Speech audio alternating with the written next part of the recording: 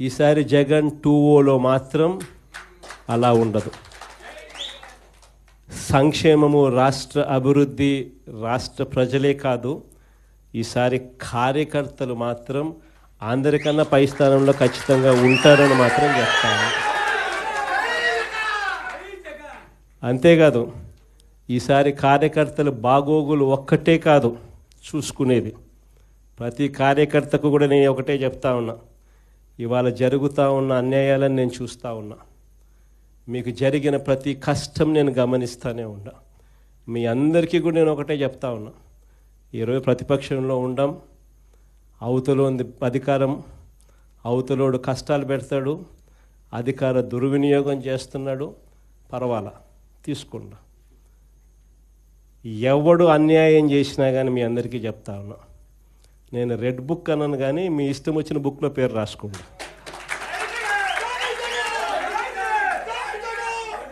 మీరు ఏ పుస్తకంలో పేరు రాసుకున్నా పర్వాలా.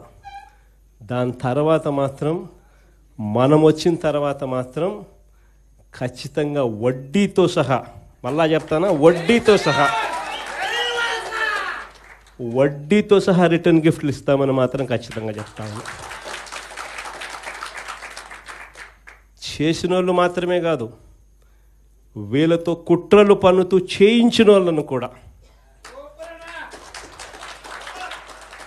చేసిన వాళ్ళు మాత్రమే కాదు, వీళ్ళతో కుట్రలు పన్నుతూ చేయించిన వాళ్ళను కూడా, సప్త సముద్రాల అవతలున్నా కూడా, రిటైర్డ్ అయిపోయి వెళ్ళిపోయినా కూడా అందరినీ తీసుకొని వచ్చి చట్టం ముందర నిలబెడతాం.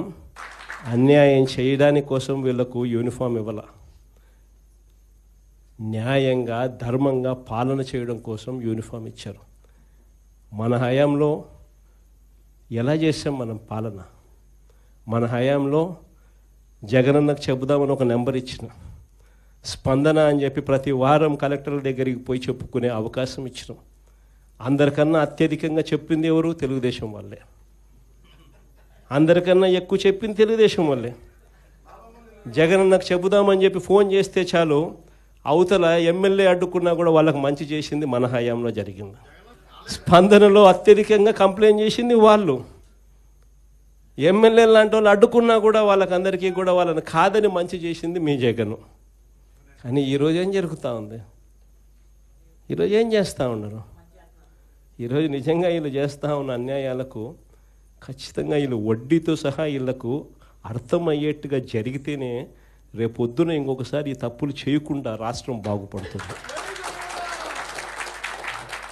ఎలాంటి పరిస్థితిలో రాష్ట్రం ఉంది అన్నది నేను చెప్పాల్సిన అవసరం లేదు. నాకన్నా కూడా కలియుగ రాజకీయాలు ఎలా ఉన్నాయి అని చెప్పి సాక్షులుగా చూస్తూ ఉన్న మీరే నాకన్నా చక్కగా చెప్తారు రాష్ట్రంలో రాజకీయాలు ఎలా సాగుతూ ఉన్నాయి అని చెప్పి.